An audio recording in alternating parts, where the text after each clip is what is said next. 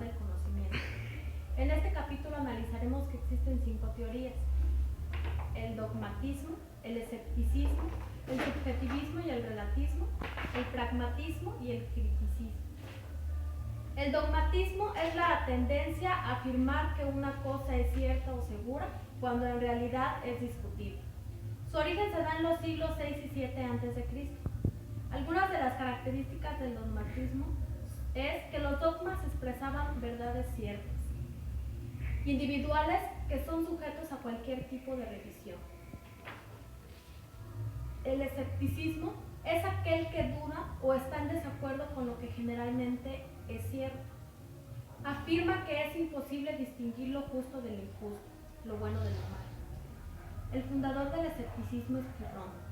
Nació en el Lis entre el 365 y 369 a.C. Pirrón fundó la escuela del escepticismo. El escepticismo tiene una relación con la moral y los valores. Es decir, que un escepticista es aquel que se basa en lo que su familia o sus costumbres le enseñaron. El siguiente tema que vamos a ver es el subjetivismo y el relativismo. El subjetivismo y el relativismo afirman que hay una verdad, pero esta verdad tiene una validez limitada y a su vez no hay ninguna verdad universalmente válida. Su origen se da en el siglo X a.C. Los maestros de la sabiduría fueron los primeros que la adaptaron. Uno de los representantes es Pitágoras. Él afirmaba que el hombre es la medida de todas las cosas. El cuarto punto que vamos a ver es el pragmatismo. El pragmatismo surgió a finales del siglo XIX en los Estados Unidos. El pragmatismo consiste en reducir la verdad a lo útil. Se basa en la utilidad, siendo la utilidad la base de todo significado. Uno de sus representantes es William James.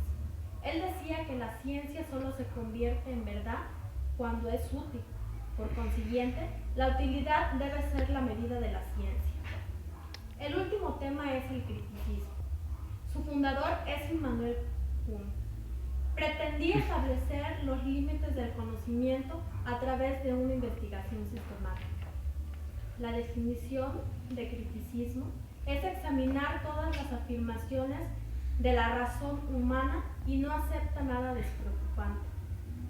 Una de sus funciones básicas es una misión informativa en cuanto a la descripción y valoración de la teoría del concepto. La conclusión de mi tema es que todos los conceptos que daban cada quien daba su punto de vista diferente, porque en realidad nadie tenía una definición absoluta.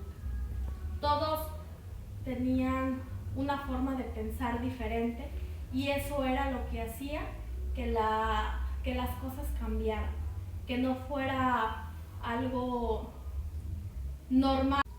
Cada filósofo tenía una idea diferente de lo que era el conocimiento. Es por ello que nadie llegó a una afirmación cierta y creía que lo que ellos pensaban era lo correcto, sin tomar en cuenta que nosotros como seres humanos a veces tenemos una percepción diferente de las cosas.